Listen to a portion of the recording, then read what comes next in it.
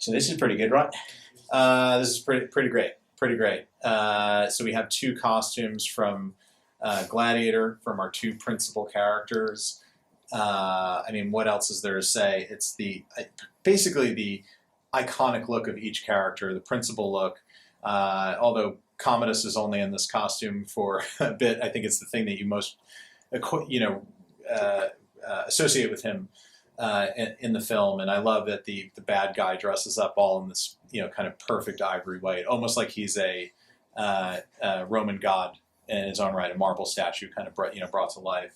And then Maximus here in his final form arena costume that is now so much like the general costume that we saw him in at the beginning of the film, that he's worked his way back up to being somebody of note and a great warrior in his own right, and kind of in a way restored his image as a Roman soldier through his victories on the arena floor. Yeah, no, I agree with you. I love it.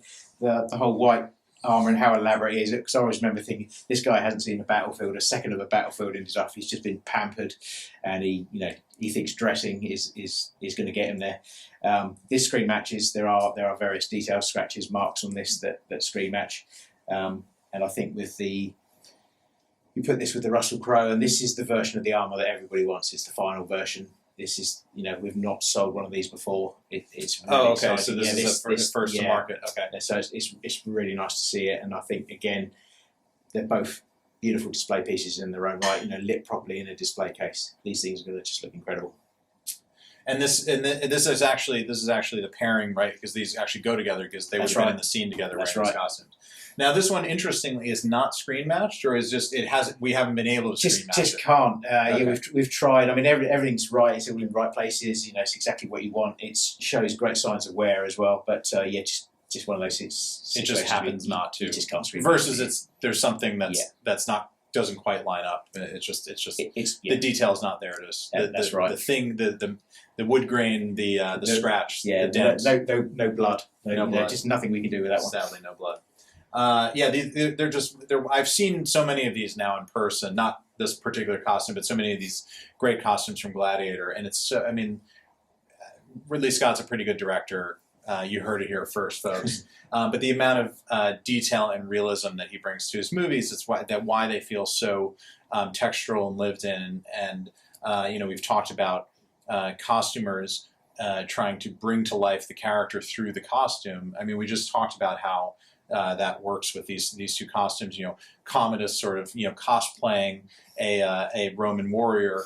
And Maximus actually being one in this much more functional suit of armor that's sort of built up and added to and refined as he goes along. And he has a shoulder pauldron on this side and the strap on the other, probably to favor his defensive side versus his sword arm, and adding the details of his life to this. His horses in Spain and the tree and his family.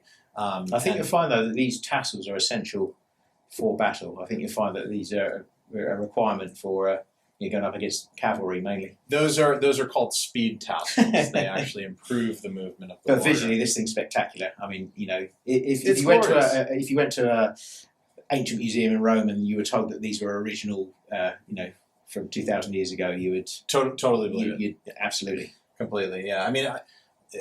One or the other or both together. There's your Gladiator collection. It's great, and I just love the amazing Gladiator stuff that you guys keep unearthing and bringing to auction. I feel like in every auction there's the best Gladiator piece I've ever seen.